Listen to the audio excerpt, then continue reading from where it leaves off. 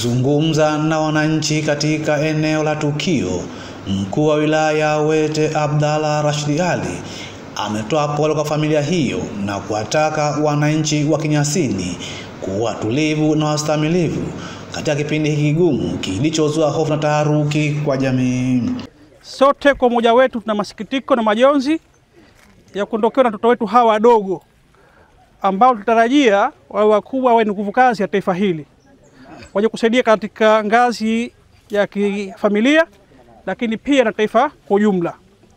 Tunawashukuru sana wananchi wa Kwale kwa mashirikiano yetu makubwa ambayo tumekuja katika zoezi hili la kuondokewa na vijana wetu hawa wawili wadogo, wanafunzi katika familia moja. Tunakuombeni kwamba tuwe na subra katika kipindi hichi kigumu cha msiba huu, lakini pia kutokana na utafiti wetu ama uchunguzi wetu, vijana wetu hawa tutawahitaji kidogo kwa uchunguzi wa ziada.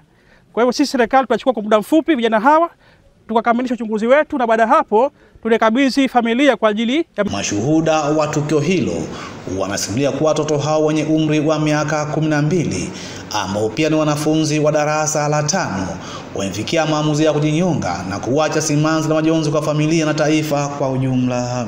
Kumetokea tukio la aina gani? Kumetokea mtu watoto wamejinyonga. Sina taarifa, basi nakupa taarifa. Kwale sehemu gani? Kwale mwisho huku ndiko mie. Watoto wanaitwa nani? Akanambia wanaitwa Ruwaiha na Ruwaida. Jina wanaitwa Ruwaiha Manga Omari na Ruwaida Manga Omari. Nani la kihistoria halijawahi kutokea. Wito wako labda?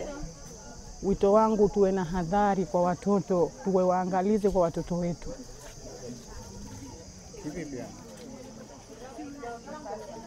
Yani watoto tuwe nao karibu, tuwasikilize matakwa yao. Kwa kweli tokeo hilo limetugusa na limetuumiza sana tu, hasa kama ni wazazi. Kwa hiyo kwa kweli tunaumia 100%. Kwa hiyo huu ni mtihani mrefu kwa kweli.